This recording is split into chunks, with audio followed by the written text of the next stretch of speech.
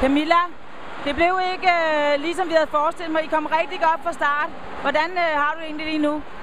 Jeg er pisse skuffet. Altså, det var en kæmpe chance for, at vi kunne vinde en Super-Serie-turnering, og det ville vi selvfølgelig rigtig gerne. Jeg ved godt, at jeg skal være tilfreds, fordi vi har været ude i lang tid, og vi er kommet i finalen, men altså lige nu, der er jeg selvfølgelig rigtig skuffet.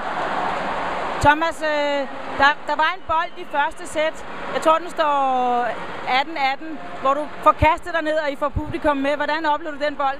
Ja, men det er da utroligt dejligt at vinde også de bolde, når man kaster sig.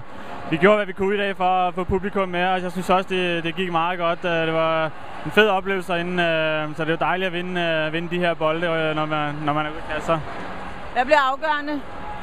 Ja, men jeg synes måske, vi skulle have lukket den i 2 sæt. Det er som om, at kræfterne måske slipper en lille smule op i anden sæt. Jeg bliver en lille smule neutral i forhold til, hvad jeg var i de andre sæt, og det gør, at de lige pludselig får initiativet, og ja, så stikker de fra os, og så er det svært at komme igen. Men hvad har I lært af den her turnering, Camilla?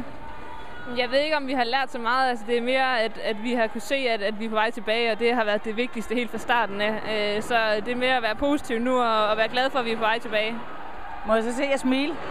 Det er langt væk. Det skide smil er langt væk. Det kommer snart igen.